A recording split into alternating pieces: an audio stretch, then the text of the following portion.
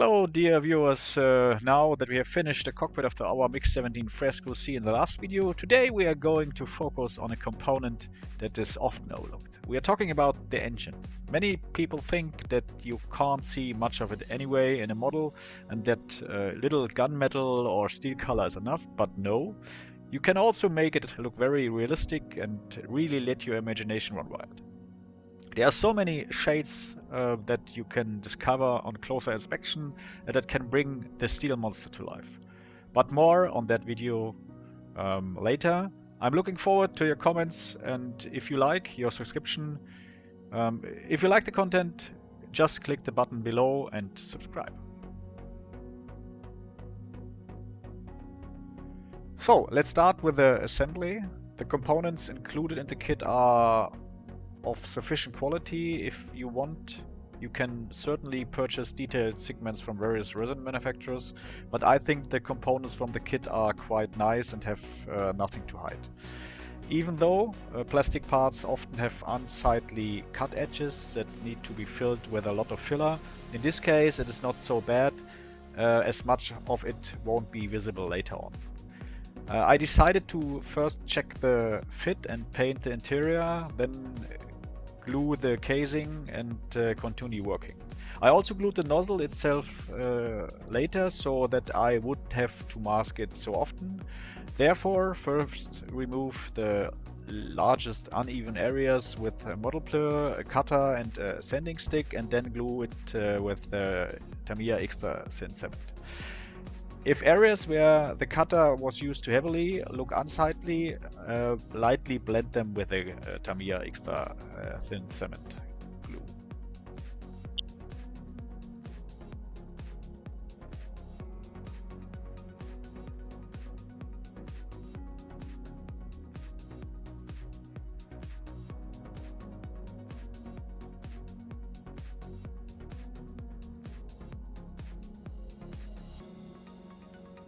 So when we start painting the assemblies, there are a few things to keep in mind when using AK metal paints. First of all, I can really recommend these paints. They are ready to use with an airbrush and do not require any further dilution. Applying them to larger areas takes a little practice, otherwise you can quickly see unsightly shadows, but we will come back to that later. When using these paints, you should always increase the pressure of your compressor slightly. I have achieved the best results with 20 psi. It is also important to work in several thin layers and to literally model the paint. As always, prime the components and then apply a first coat of dark aluminium. Then glue the two halves of the casing together and apply burnt metal to create the initial effect on the aluminium tone. It is advisable to mask off the casing with masking tape. Paint the nozzle and the outer shell with dark aluminium, then slowly model the first effect with burnt metal as well. For the nozzle you should really add very little paint and build up these effects in several steps. Here it is important to think carefully about which areas should be treated with this effect. Reference images can be helpful here. You will find plenty of examples on the internet. It would of course be advisable to look for these for the MiG-17. Don't be surprised, the effect really only gradually becomes apparent due to the small amount of paint applied.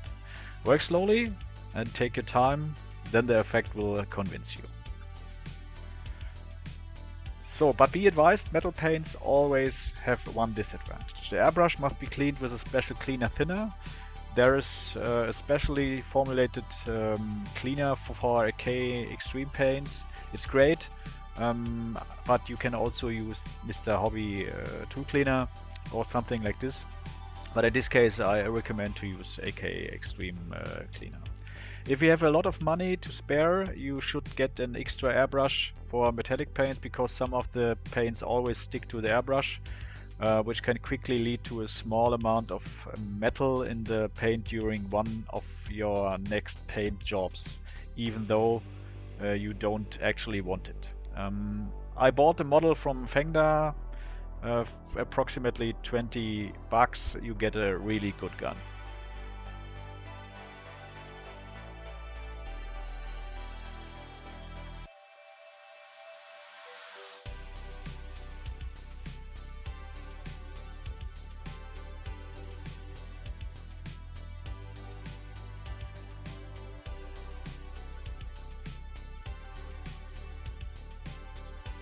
When painting the nozzle, it's important to look closely at the reference images. I then painted the nozzle end ring with brass to achieve some color variation. Apply this tone thinly and build it up slowly. I deliberately did not mask it off in order to create the blend with the burnt metal.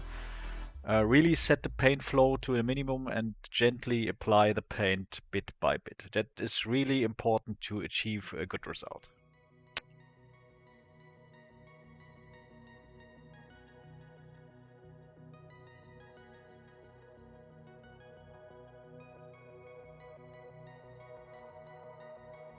And now it gets a little weird. I never thought I would ever use purple or blue tones for a jet engine. But looking at the reference images proved me wrong. When metal gets hot and glows, purple or blue tones often appear. To achieve this effect, you can apply purple and blue tones sparingly to the appropriate areas.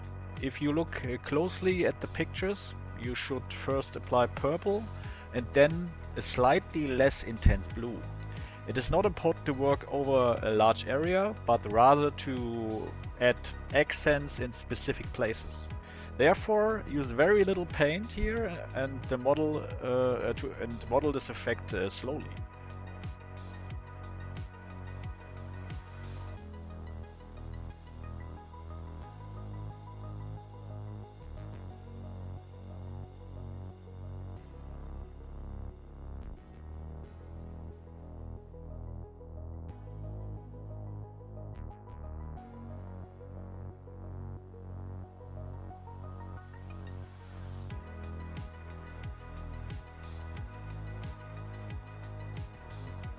To bring out a little more blue, I added a few more accent very sparingly with Tamiya X23 Clear Blue, but you can hardly see it. It's really just a touch of color that's used there. Oh yes, and here you should definitely mask off the area you paint with brass, using masking tape to create a sharp edge between the burnt metal, the brass, and the blue and the purple colors. I think the result is impressive after removing the masking tape. From my point of view, it's a great nozzle effect. Just give me a comment if you like it, or if you have other tips and advices for me. I'm looking forward to your comments. The next step is detailed painting. In example, highlighting pipes, clamps or attachments. With metal paints or metallic paints, it is really important to let them dry for 24 hours at least. You don't want your fingerprints to remain on the assembly. It is also advisable to wear gloves, as I have found that these paints are really sensitive in terms of grip and compatibility with odorless thinner.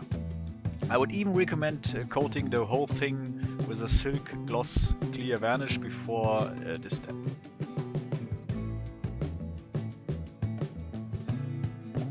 To paint the brackets, cylinders and pipes on the jet engine, I decided first trace them with black using a fine 5-0 size brush to create a little more depth, and then add highlights with steel, cork and graphite colors.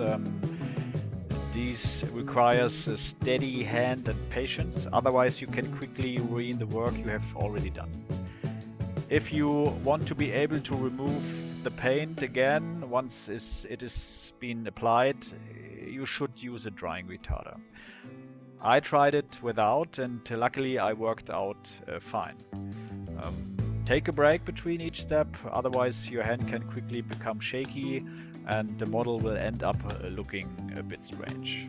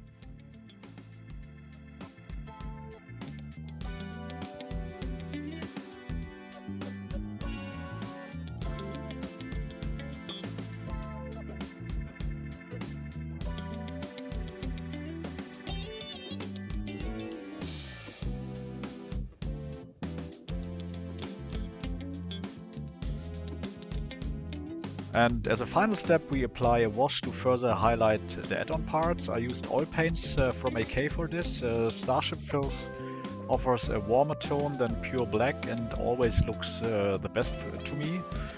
As I said, I unfortunately had to find out here that AK metal colors do not mix well with odorless thinner.